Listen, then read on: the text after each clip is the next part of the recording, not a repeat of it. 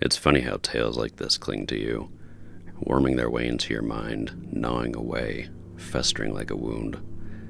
They say truth is stranger than fiction, but sometimes the stories we pass down, the ones we whisper in shadowy corners over drinks at seedy bars, are more chilling and grotesque than any proven fact. This is one of those tales. A fable, sure, but one that sits far too close to reality. Told by those who find the comfort in macabre and believed by those who understand that the scariest monsters are always human. Ever heard of Helen? The lonely, gaunt old woman who ran that ramshackle diner out on Highway 22. The one no one seems to remember until their car breaks down right in front of it. Yeah, that diner. The one that looked like it was barely hanging on, just like Helen herself. She'd been running that place for years, way past its expiration date, and it had worn her down, mentally, physically, emotionally. The regulars were mostly truckers and the occasional passerby, people too tired or too drunk to care about the grime coating the counters or the smell of burnt grease. Helen herself was a fixture behind the counter, her face locked in a permanent scowl, her hands shaking from a mix of age and exhaustion. It's said that one Halloween night was when it all changed for her, when something finally snapped. The details vary depending on who's telling the tale, but they all agree on one thing. By the end of that night, the world had shifted in some imperceptible way, and Helen was never the same. Not that Helen herself was ever innocent to begin with. Far from it. Life had beaten her down long before that night, by years of slaving away in a diner that should have been closed long ago. But she kept going, grinding her bones into the linoleum floor, pouring what was left of her soul into greasy plates of food for truckers and worn-out locals who barely noticed she was there. She wasn't a saint, and she wasn't kind. You'd have to be half mad already to keep going with a place like that. She was just stuck, too tired to stop, too scared to let go. She persisted for a reason that defied common sense. Hope, or maybe just stubbornness. A lot of people call it hard work, but sometimes that's just another word for being too scared to give up. And that Halloween, it had been a miserable day, as most of her days were. The diner was dead, just like the business had been for years. No customers, no cars pulling into the gravel lot. But Helen's regulars, they showed up, like they always did. A couple of worn-out truckers grumbling about the coffee, and that group of teenagers. The type you can picture, the entitled ones, full of themselves, treating her like a servant that they didn't even have to pay, like the world owed them something just for existing. They'd been coming in for weeks, making her life hell with their obnoxious laughter, sneering faces, and cheap orders. Every night they leave a mess, spill soda on the floor, scribble obscene things on the napkins, pushing every button they could find. And every night, Helen would clean up after them, swallowing her rage like spoiled milk. But on that Halloween night, they might have just gone too far. They'd torn up the menus, thrown food on the floor, and when she finally asked them to leave, one of them, some punk kid with a smirk too big for his face, spat at her feet. She stood there, staring at the spittle on her worn-out shoes, her hand shaking with something she could no longer swallow. The crack inside her widened, just a little, and then a little more. But still, she didn't lash out, not right away. She kept it together because what else could she do? What do you do when your life is nothing but a series of humiliations day after day? She muttered the same mantra she'd been repeating for years. Just one more night. As if that would make the suffering worth it.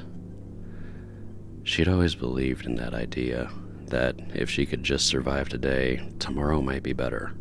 But some nights it just doesn't seem worth it, does it? So she locked up, cleaned the mess those brats had left behind, sweeping broken dishes and mopping up soda while her body moved on autopilot. Her mind was somewhere else entirely. She didn't notice the door jingle when he came in.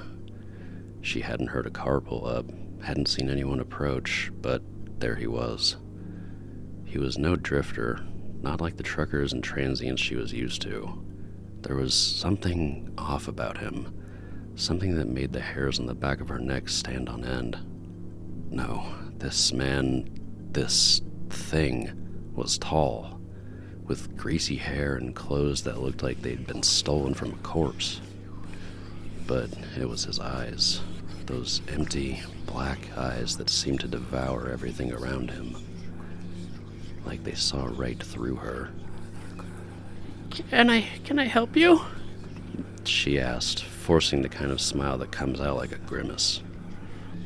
The man sat down at one of the booths, his movements slow and deliberate, as if he had all the time in the world. "Yeah," he said in a voice so low and gravelly it seemed to vibrate in her bones. "I'll take your special, the one that isn't on the menu." For a second, Helen just stared at him, her mind struggling to catch up. She didn't know what to say to that. I mean, what do you say to someone who looks like he's asking for your soul on a plate? But here's where it gets interesting. Instead of sending him on his way, she hesitated. Why? Maybe part of her liked the idea of breaking the rules, of giving someone exactly what they wanted, even if it was something she wasn't supposed to offer. I don't have a special. She stammered, her voice thin, almost pleading. Just the usual burgers and fries and meatloaf and breakfast all day.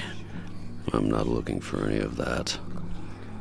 His eyes narrowed as he leaned forward, his voice like a scrape of a blade across stone. I want what you keep hidden away, the flesh that's fresh, unspoiled. Her blood ran cold. She blinked, trying to make sense of what he was saying, but the words didn't fit into anything that made sense. Flesh? I don't know what you're talking about. Oh, I think you do, he interrupted, his voice dripping with something darker than mere hunger. You know exactly what I want, and I think it's time you serve it. For a moment, time hung suspended in the air. The crack in her mind widened, and then something slipped through.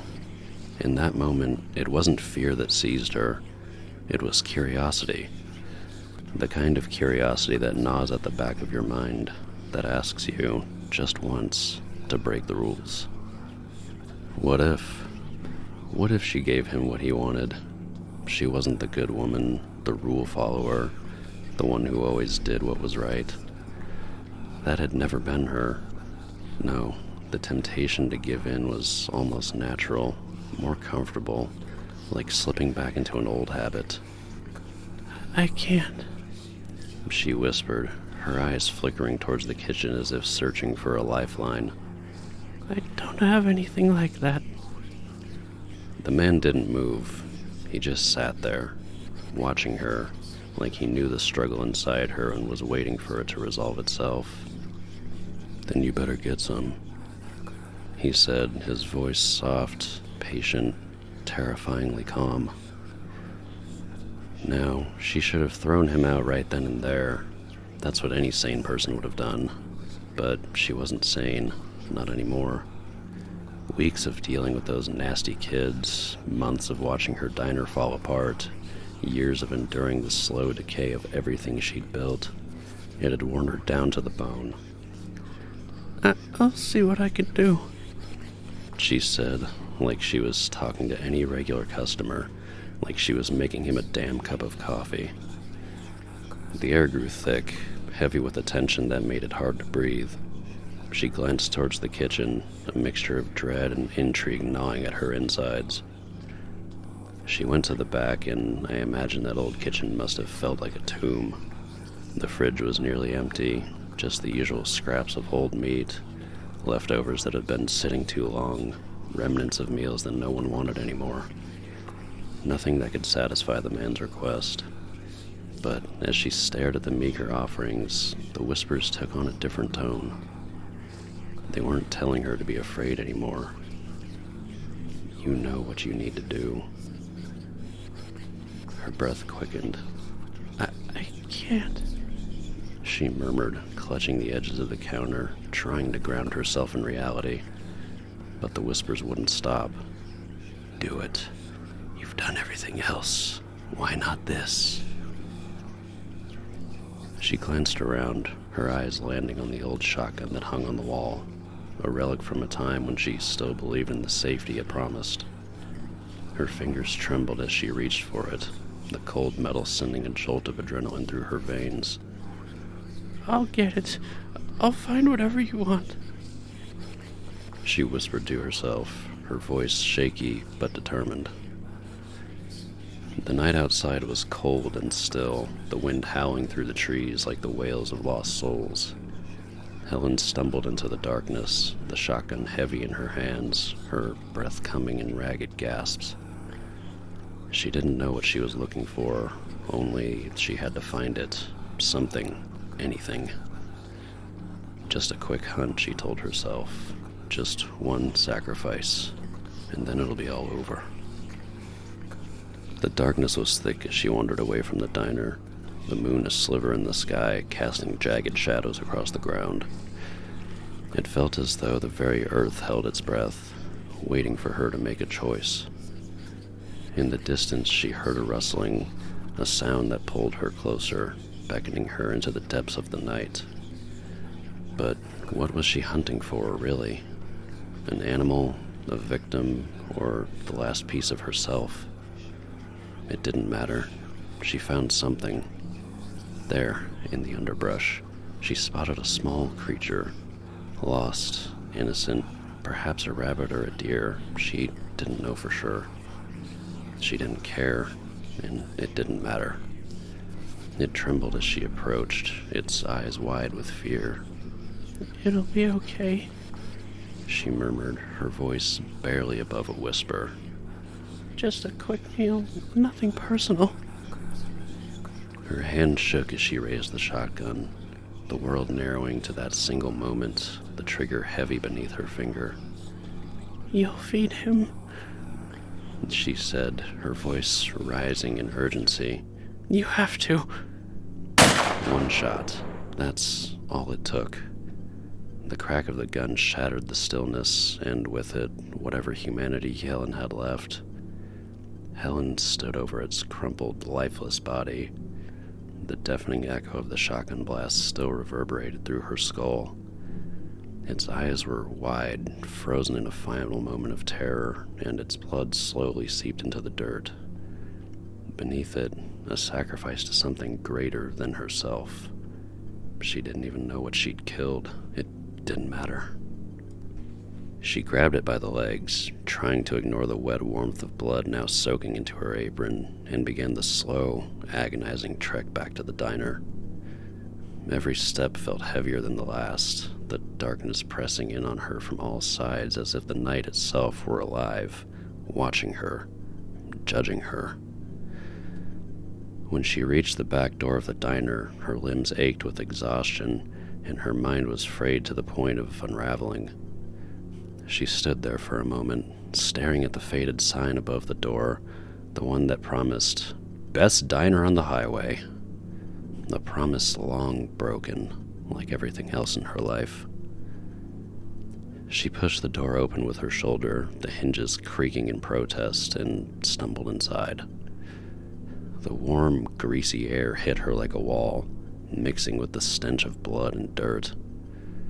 The diner was eerily quiet, the fluorescent lights flickering weakly overhead, casting long, distorted shadows across empty booths. And there he was, still sitting at the same table, his black eyes locked onto her the moment she crossed the threshold. He hadn't moved. He hadn't so much as blinked. For a second, she thought she saw a flicker of a smile on his gaunt face, but it disappeared so quickly she wasn't sure if it had been real. The man said nothing. He simply watched as she heaved the limp body onto the counter, her hands slick with blood, her mind racing with thoughts she couldn't control. Helen fumbled with a butcher knife, her fingers slipping on the handle as she began to slice into the creature's flesh. The smell of blood filled the air, metallic and sharp, as the blade cut deeper. She worked mechanically, her movements no longer her own, with a precision she didn't remember possessing, carving away the skin, separating muscle from bone. Each slice was cleaner than the last, each cut more perfect. She cooked the flesh, seasoned it like it was any other meal. Maybe she even hummed a tune while she worked, a tune from her childhood, perhaps, who knows. Something innocent, though nothing about this moment felt that way.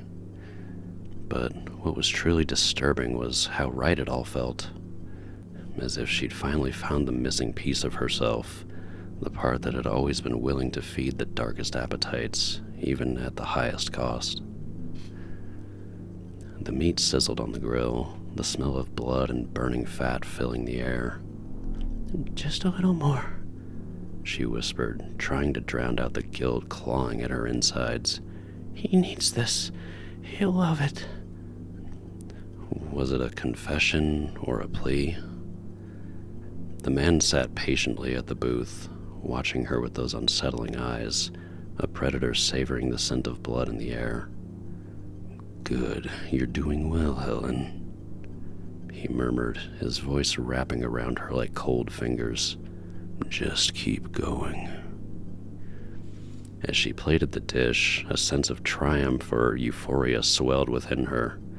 "You'll love it," she said, her voice trembling but resolute, as if she was trying to convince herself as much as him. "I promise." The man leaned forward, taking the plate with a slow, deliberate motion. His gaze remained locked on her, a connection that felt too intimate, too invasive.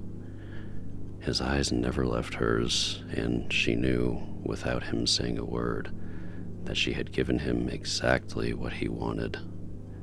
He took a bite, his eyes closing in rapture. So rich, so delicious. Helen felt a surge of satisfaction blossom within her, twisted, an ecstasy that filled the void of her sanity. She couldn't help but feel a sick sense of pride. She'd done it. Isn't that what she had wanted? What we all want deep down? To be recognized, to be appreciated, even if it's for the worst parts of ourselves. As he devoured the meal, a creeping unease began to unravel the edges of her euphoria. The whispers returned, slithering into her thoughts like snakes, winding through her mind with cruel intentions. "What have I done?" she murmured again, her voice a broken echo. The room felt suddenly smaller, the air heavier, thick with the smell of cooked meat and her own unraveling sanity. The man finished, his lips curling into a smile that felt more like a sneer. "You're quite the chef, Helen. You've outdone yourself," he said, his voice thick with approval. "I've outdone myself." She blinked, the world spinning and warping around her. "But what was it? What did I cook?" The shadows in her mind whispered cruelly, teasing her with the answers she didn't want to hear. "I'll be going now." The man rose from the booth, his movement fluid, unnatural. "Thank you for the meal." His eyes glittered with something dark, something knowing. A pit opened in Helen's stomach, realization just beyond her reach. "Wait, She started, but the words fell away as he turned to leave. He lingered at the door, a shadow against the dim light, a shadow of something far worse than a man. "This is the night you'll always remember, Helen. The night you stopped pretending. The night you finally became what you were always meant to be." And then he was gone, leaving her alone in the empty diner. The room echoed with silence, save for the whispers that still swirled around her, more insistent than before.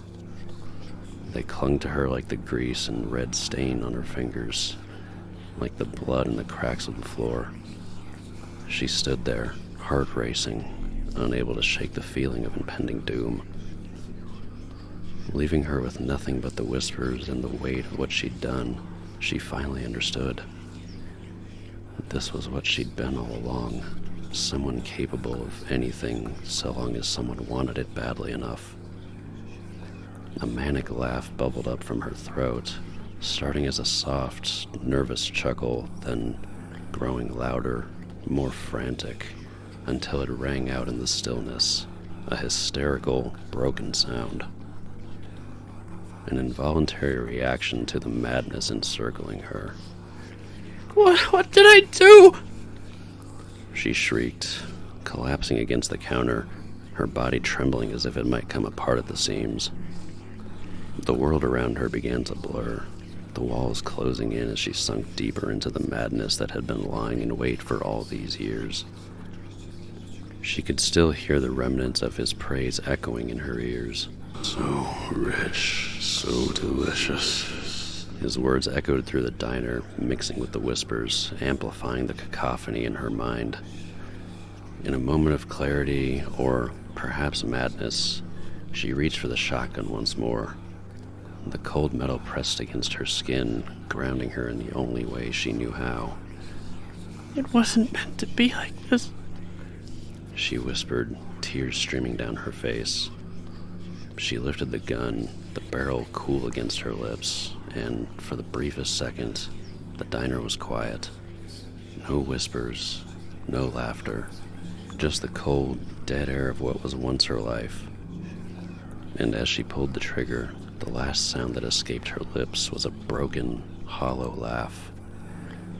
It was the sound of everything she had become, everything she had lost. The world faded to black and the shadows consumed her, and Helen became nothing more than a whisper in the dark. Who knows if that part's true, but I like to think it is. After all, some endings just make more sense than others. The man, maybe he was never real. Maybe he was just a manifestation of the thing Helen couldn't face, the thing gnawing inside her all these years. People say you see what you want to see when the cracks start to show. Maybe that's all he ever was, her reflection, twisting into something darker, something she could finally blame. After all, the mind has a funny way of conjuring monsters when we can't confront our own guilt. And sometimes, the most terrifying thing is realizing you've been haunted by nothing but your own thoughts. The monster in the mirror, the one that wears your skin better than you ever could. Whether she had truly served that shadow of a man or not, she had definitely fed something that night. Something real, something still breathing. And maybe, when it took that first bite, she realized that the hunger wasn't his at all. Perhaps it had been hers all along. The diner's still there, you know. Quiet, empty. People avoid it now. Not out of any real memory, but because something about it just feels wrong. There's an unease, a kind of sickness that settles in your gut when you drive by, like something is watching you from behind those dark windows. The neon sign still flickers occasionally, though no one's ever seen it fully lit. No one mentions Helen by name anymore. Not directly, anyway. Just hushed conversations, exchanged in dark corners, stories shared around campfires with a nervous chuckle. They say Helen's still in there, waiting. For what, no one really knows. But the bloodstains in the back kitchen never quite faded, no matter how much they scrubbed. And sometimes, just sometimes, the flicker of the neon sign isn't as random as it seems. Maybe it's trying to call someone back. Maybe one day, the door, though locked for years, will creak open just for the right person. And when it does, maybe that feeling in your stomach won't be dread or fear. It won't be unease at all. No, it will be hunger.